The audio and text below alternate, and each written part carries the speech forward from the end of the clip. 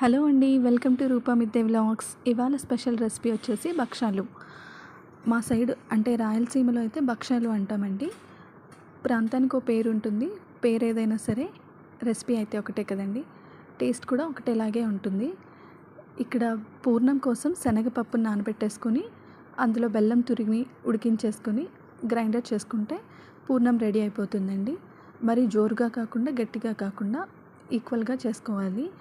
ఇప్పుడు పిండి కోసం మైదా పిండిని పేని రవ్వలో మిక్స్ చేసుకొని కొద్దిగా ఉప్పు, నెయ్యి కానీ నూనె కానీ వేసుకొని జోరుగా తడుపుకొని ఒక 2 గంటలు పక్కన పెట్టేసుకుంటే సరిపోతుంది.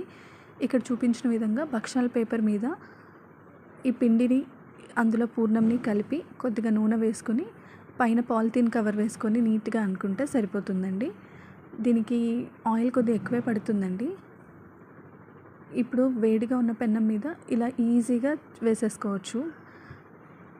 ఎక్కువ కాల్చుకోకుండా నార్మల్గా కాలుస్తే సరిపోతుందండి. మేమైతే నెయ్యి కానీ, పాలు కానీ, వంకాయ కూర కానీ ఇందులో కాంబినేషన్ బాగుంటుంది. Thank you.